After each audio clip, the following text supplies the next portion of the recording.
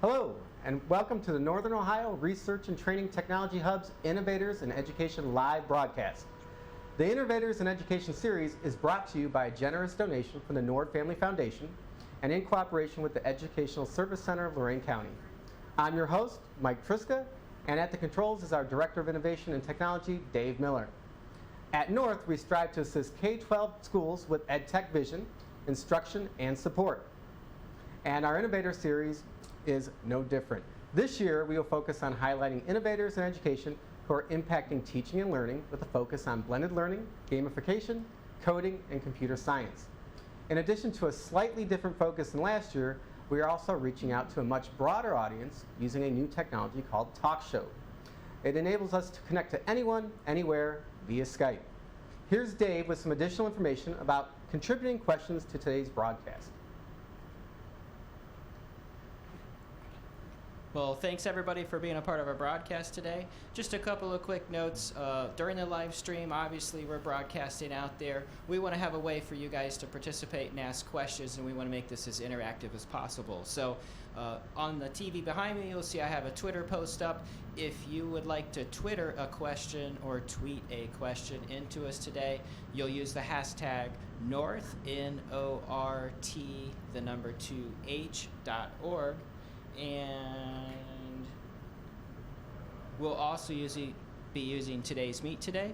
So you'll put in todaysmeet.com/north, and we'll be taking some breaks periodically through our production so that you guys can ask questions of our audience today. So I'll switch back to Mike there.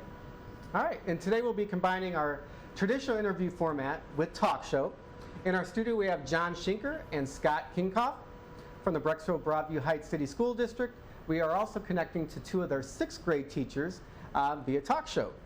John has been working with Brecksville Broadview Heights. Actually, have you been with Broadview Heights for 20 years? 17 years in the district. Brecksville Broadview Heights, okay. And about 23 years old overall. All right, very good. He began his career as a middle school computer application teacher and is currently the technology coordinator for Brecksville Broadview Heights City School District, supporting 6 schools, 4,000 students, and approximately 500 employees.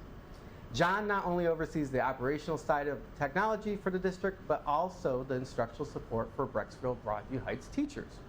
Scott began his career as a 4th grade teacher at Central School. He taught English language arts, social studies, and science. After 13 years, he moved to the middle school to teach English language arts, technology, and eventually became their technology integrationist. Scott's role shifted to instructional coach for Brecksville Broadview Heights School District during the 2015-2016 school year. His focus is helping educators shift instructional practices to design effective student-centered instruction in a one-to-one blended learning environment. You may remember Scott from last year's Innovators in Education interview when we spoke to him extensively about his work developing a self-paced, gradeless curriculum. Welcome back, Scott. Thanks for having me. All right. And we have Valerie and Kathy. Valerie Stoll-Hart and Kathy Schwarzenberg are both 6th grade teachers at Brecksville Broadview Heights Middle School. Valerie teaches social studies and Kathy Schwarzenberg teaches science. All right. This is hard to figure out who to start with. It's kind of like the chicken and the egg when we talk about implementing large-scale projects like this. But I'm going to start with Scott. He's the instructional side of things, and that's kind of where it's definitely where I'm from. And we'll kind of jump back and forth, but feel free to throw in any comments you have as we go along.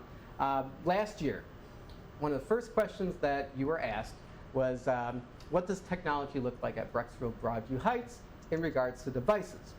I'll throw the same question at you, but I want to know what technology looks like in regards to teaching and learning. So our teaching and learning devices is a Chromebook from Dell, where not only do our students have the same device as our teachers, but they have a chance to both use them in and out of the classroom, which allows them to get a feel for how students would use the device to complete projects, to take notes, to complete a variety of activities online. So the nice part about having the same device is that our teachers and students are on the same page doing the same things, being able to complete the same kinds of tasks and work that each one would do. All right, very good. And a lot of times we hear about devices, Right. and it seems like you went with same device across all the school district. But really, instead of the device that's utilized in the classroom, we want to know what kind of things you are doing with teaching and learning, what kind of changes that you have made to the way your teachers are thinking in the classroom to using the device. So how have you addressed that with your teachers? Well, I think when we are looking at the technology, we're talking about instructional technology, so we want the instruction to drive the technology rather than the other way around. So the way we approached it with our 6th grade in particular is our teachers came to us and said, we're ready to do this, and I think we're going to talk more about that later, about they're changing the way students are learning in their classrooms, and we're going to talk to those teachers and hear more about that. But really, they were ready to switch to a one-to-one model where they are, students are taking those computers home with them. They are with them for 3 years starting in 6th grade. And so to begin that process, we looked at what our students need to be able to do with that technology. What are the instructional needs? What do our teachers want the kids to be able to accomplish with these devices? And kind of did a needs analysis there, prioritized those, and then that's kind of what led us down the Chromebook road. So we do use different technologies at different grade levels. Chromebook makes the most sense for our 6th graders because we need them to start up quickly. We need them to have long battery life. We need maintenance to be easy. We're not constantly installing updates and that sort of thing. So it was a great platform for 6th grade. It wouldn't necessarily be the same for every grade. And you're very specific about how you deployed these devices, what grade levels, to which classrooms, I believe, too. Just kind of walk us through that. Who went first and how many?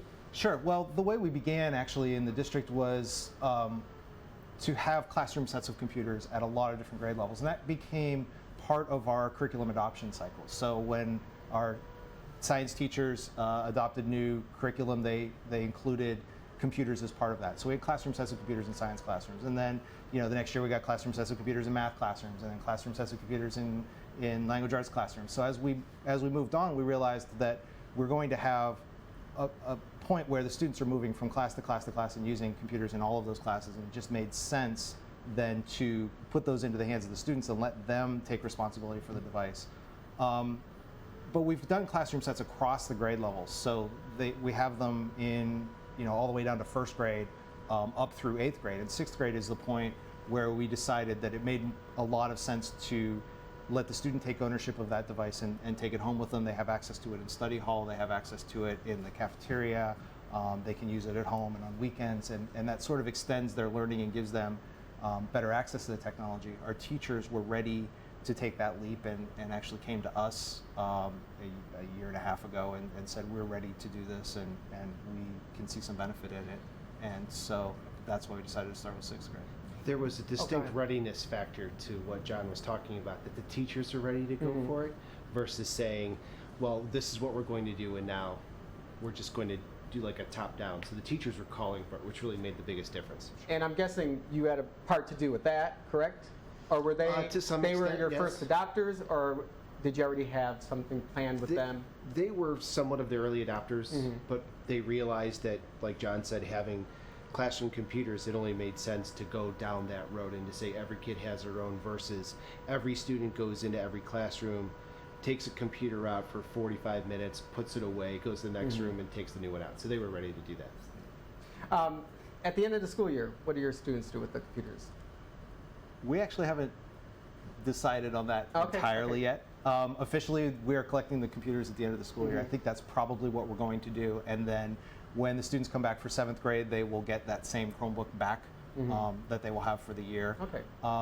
We're pretty concerned about accidental damage over the summer, about computers going to the beach, about computers getting lost on vacation or left on airplanes or whatever. And so I think we're going to collect them just like we would with textbooks and other devices, and we will store them over the summer and return them to them in the fall. You just spoke of damage to the computers. I was very impressed when we came out to visit you guys. Very impressed with what I saw in the classroom, first of all. But on the operational side of things, you were talking about the amount of damage that you've had was very minimal. And that really just some of the things that were causing damage, like closing a pencil in a We have about 2 to 3 per week of computers that are accidentally damaged by students, and we have an insurance program. And there was the first question that parents brought up when we talked to the 5th grade parents last year about giving devices to their kids. Is my kid's gonna, first one was my kid's gonna lose it, and the second one was my kid's gonna break it. And we realized that they're 11, and so we're going to have some problems. And we have 2 or 3 a week where they'll come in with a cracked screen or a broken hinge, or my dog sat on it, or I hit my brother with it, or the most common one is they leave earbuds sitting on the keyboard and they're in a hurry, right? It's the end of the class period, or we get in and they close the lid and carry off and they've cracked the screen. And so we implemented an insurance program where all of the devices are covered under the insurance program. The parents pay. As part of the student fees, they pay the premium for that, which is $30 for the year. And then there's also a deductible. So anytime that it gets broken, they have a deductible that they have to pay. So it's not an insurmountable tragedy when a computer gets broken, but it also puts some skin in the game so that they have to have some responsibility as well. Great. When we came out and visited the classroom on that topic, we got to see students in was that a 6th grade classroom? Yes, you saw 6th grade. Yeah, students in the 6th grade classroom. We walked in, and every student was busy at work doing their own thing. Some were collaborating with each other. They all had different tasks they were working on. And probably the coolest part was, and I don't know how cool this is, but I thought it was pretty impressive. When we walked out, we were informed that, that was a substitute in the classroom. Right. I mean, these kids were they were doing their thing, learning, right. And it just really, it gave you an idea of how you've really changed the environment in that classroom. It's very impressive what our teachers are doing, because what they're doing is creating learning that students can follow in a step-by-step kind of fashion, where the teacher is no longer the focus of the classroom or of all of the knowledge. So they give a variety of teaching and learning tools. So they might give them links to various websites, to an online textbook, to videos, and the students have been cultured in how they go about their work. So when a teacher is not present, in this case being absent for a day or being out, or even if the teacher's working with another group of students, the students always know what to do. And what's really impressive is when our students come into a classroom, they sit down, they open their Chromebook, and they start to work, and the teacher really doesn't have to say anything, because the students have been cultured in that particular practice. They know what their work is. They don't need anybody to tell them what to do. They simply go in, they get started, and it's really fantastic to watch how our teachers have made that all work in all of our classrooms. Let me throw that over to Valerie and Kathy. With all that said, I mean, it really frees you up to do a lot of that differentiated or small group or one-on-one instruction. Can you just kind of talk us through what that looks like in the classroom? Sure. In fact, the classroom that you spoke about was my classroom, where the sub was. And Scott has been instrumental in helping to design learning for all students. So as Scott said, all students using a tiered format, they know what to do, they know when to do it, they know how to collaborate, they know how to search things out. He's come into our classes, he's helped us integrate technology and apps. So our students, we're learning with our students. We've had professional development with our colleagues, which helps create dialogue. And I think he's helped push us. Scott's a good teacher. He knows when to push us. And I think he was instrumental in getting us to where we were, where we really wanted to have the one-to-one in the Chromebooks. Definitely. And when you walk into our classrooms now, compared to what you might have seen a year or so ago, students are engaged. That's the most exciting part to me. All the students are engaged. They're either collaborating with one another, they're working on a project, they're reading silently, they're watching a movie. We give them choices of how they want to learn the content, and they get to take advantage of that and choose some things that they respond well to for the learning to occur. And that frees us up to work with small groups of students, to give feedback to students on a regular basis. All right, great. So, Sorry, go ahead. Nope, so we are loving it. All right, cool. I'm going to throw it back to John just to talk about just the the infrastructure you've set up, and actually then throw it to you to talk about removing some of the obstacles that may be hindering teachers from using technology in the classroom. Often we hear or we see Chrome cards sitting in a corner, locked. Teachers don't even know the combination to get into them. And it's usually because teacher picks up the Chromebook or the iPad and something's not working on it. Sure. So either they can't connect, the apps don't work, whatever it is, there's some obstacle. What have you done on the operational side of things to remove those obstacles? Well, we started partly because we were using carts first. We solved many of those problems as we were introducing those carts, and because we were doing it 1,000 computers at a time and not 4,000 computers at a time, it was a little more manageable. So when we said, hey, we're going to put sets of computers in every science classroom, we knew that every science classroom was going to need an access point. And so we designed our wireless network to support up to 60 devices per room and to have enough capacity in our cafeterias and in our large group instruction places, our auditoriums and gyms, to support having large groups of students there. And we built the whole plan ahead of time, and then as we started deploying these devices and implementing the technology side of it, we were able to then implement the infrastructure plans as we went along. So we knew that we had several years to do it and could monetarily be able to manage that plan over several years. Another big problem that we had was charging, or another concern that we had was charging, and we spent a lot of time on how are we going to be able to charge these computers in the middle of the day. If it only lasts 2 hours, we can't have all of the devices dead by sixth period every day. That's just not going to work. And so one of the things we did was we did a lot of real life battery tests on all of the devices. So we went and bought every Chromebook we could find and tested the batteries, and how long does it last? If we're continuously playing YouTube videos, how long can I go before the battery dies? And so we ran lots of different tests to compare those, and ended up with one that has very good battery life. We also set up a charging station in our media center where our students can, on their way to lunch or on their way to band, they can drop off their computer, charge it for 40 minutes if they need to, if they're running out of juice there. But for the most part, our students charge them, and they have the expectation that it's going to come to school charged every day, and it hasn't really been an issue with too many kids too often. So I think it's mostly a matter of kind of brainstorming what the worst possible outcomes are, and then coming up with plans to deal with those. Oh, great. And then over to you. How have you removed the obstacles that teachers run into? I mean, we see them every day.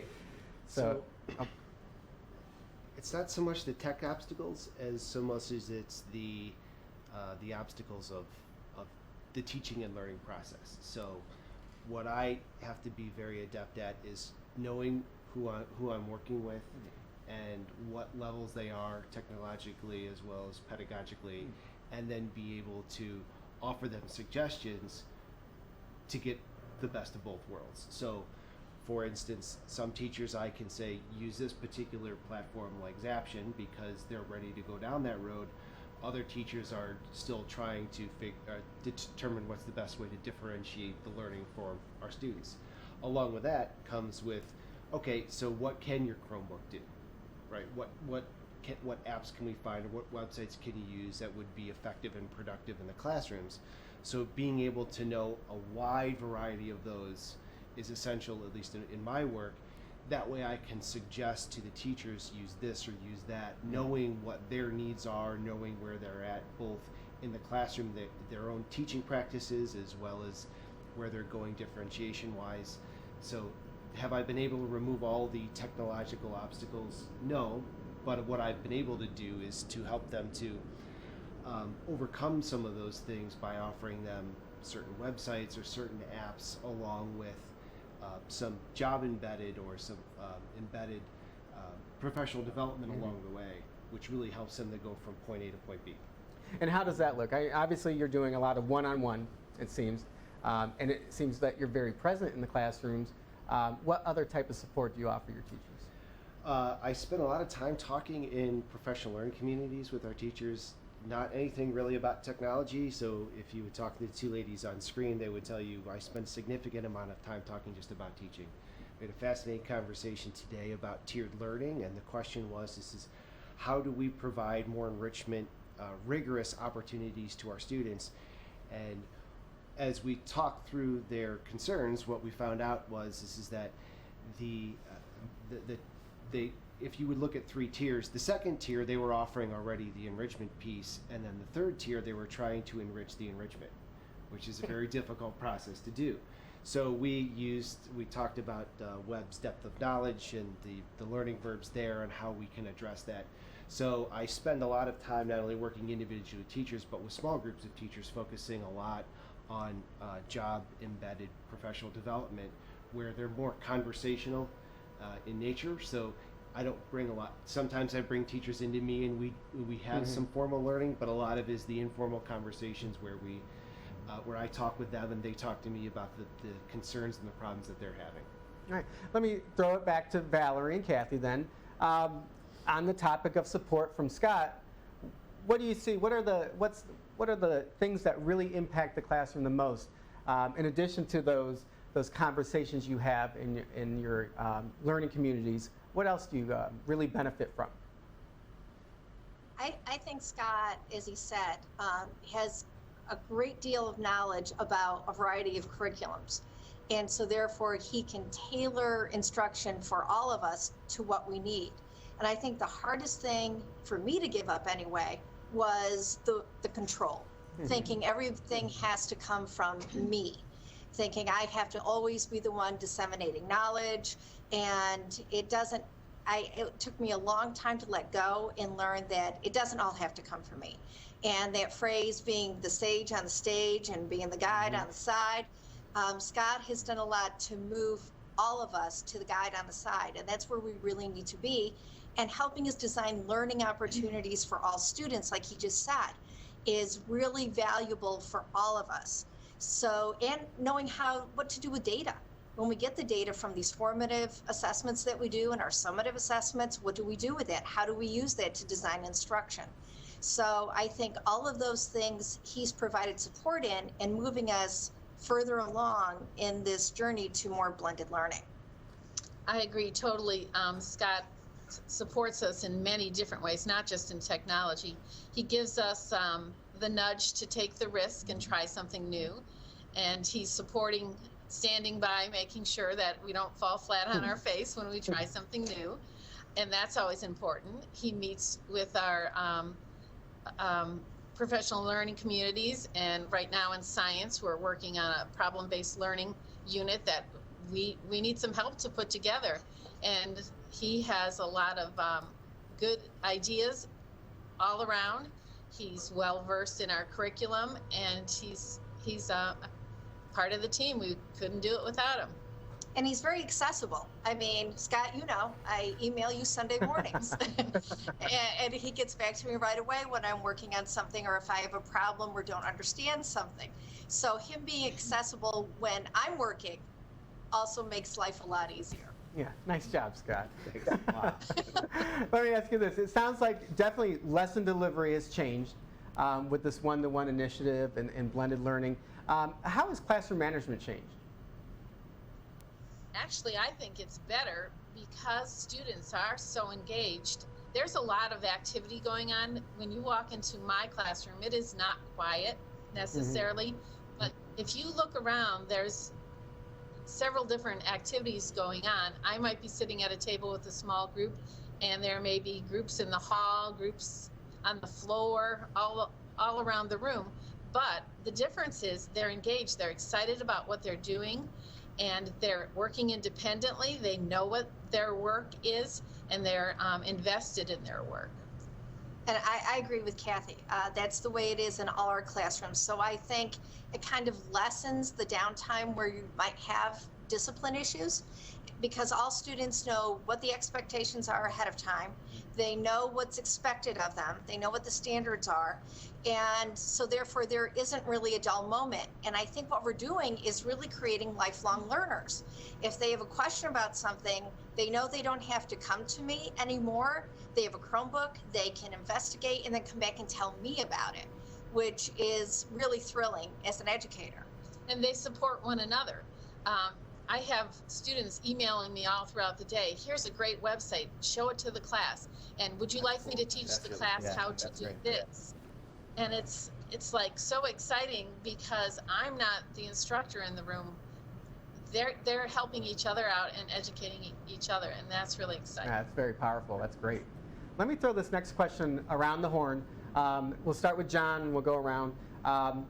What lessons have you learned that you can share with other districts as they begin to roll out a one-to-one, or even start to look at blended learning and kind of discover what that's all about? I think the big lesson that we've learned is that the technology needs to not drive the other things, right? So what is it that technology does well, and how can that help with student learning? And in our case, it's a lot of the independence that students gain that Val was just talking about. It's promoting those collaboration skills and those digital literacy skills. It's also the ability to differentiate, which we really struggle with. I think all schools struggle with, especially at that 4th grade to 7th grade level, with kids that are all over the place academically and being able to tailor learning to their specific needs. Once you have identified what you want the technology to do, then you can start looking for those solutions that fit those problems. All right, Scott, as an instructional coach, same question. What can you offer districts that are looking into doing this? What advice? Blended learning is the title that's been given to all of this. And to be honest, the more and more that I work with teachers and talk with teachers and people around me in the education community, it's really not blended learning that should be the name. It's really just exceptional differentiation.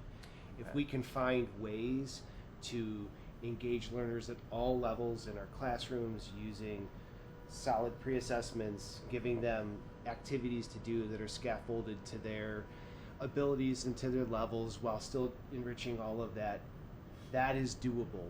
But when it comes down to the nomer or the name of blended learning, I understand that it's the blending of technology and instruction in the classroom, but that's, in my mind, the more and more that I dig into this, it's all about exceptional differentiation. And if we can go down that road, making the technology transparent, like John said, it's a win-win situation. Teachers are developing pedagogically to find fantastic ways to engage our students. At the same time, our students are working really hard to dig into the work that they're being given. That's great. You'll have to stay tuned for our interview with Tom Arnett from the Clayton Christian Institute. He will be actually defining blended learning and take us through some of the models, just so you can see that, yes, it does have that kind of umbrella name that covers everything right now, but it's easy to throw it out there and people kind of know what you're talking about, but he's going to really break it down for us. That'll be nice. Yeah. Val and Kathy, then, what advice can you give districts that are looking to do something along the lines of this one-to-one initiative? I think Scott and John both covered it all. I don't think it should be about basically looking for the technology. I think you have to have, like in our case, I think we were ready to have that kind of technology to help differentiating instruction. So I think it was all about changing the way that we do things, and the technology just made everything better and easier.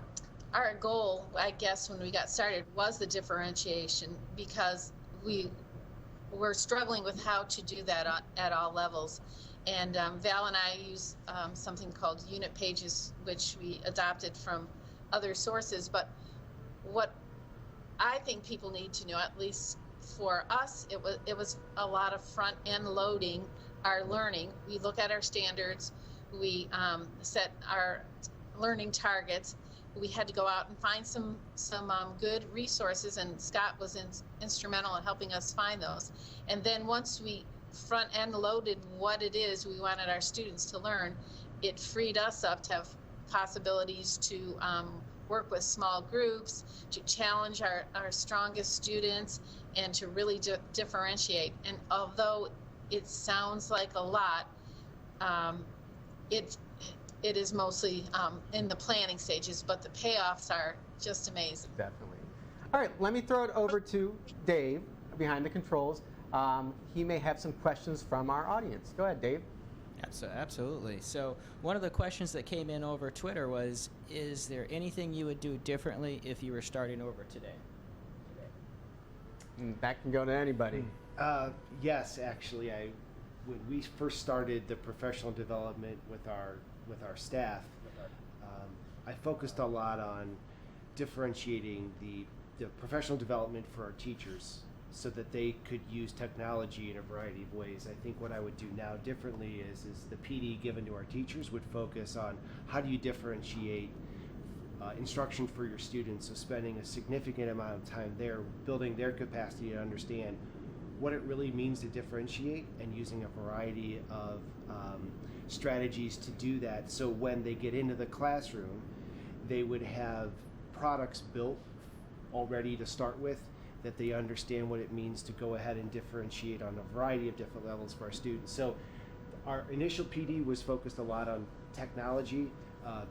The shift that I would make at this point would be to going to, let's talk about really good instruction and what that looks like when you want to give it to individual students on a variety of levels. And the good news, though, is you get to do that this year, right? Right. Because Right. these kids are moving up to 7th grade next year, and that's a whole new experience for a whole new group of teachers. So while they have classroom sets of computers now, we're still focusing, and you've been working all year with them on what that looks like to have these kids that you're inheriting who are used to learning in a very different way, and how do we prepare our students for that, and we're going to be doing that, or our teachers for that, and we're going to be doing that for the next several years now as those kids get older. So you get to do I get a little do-over already. It's good.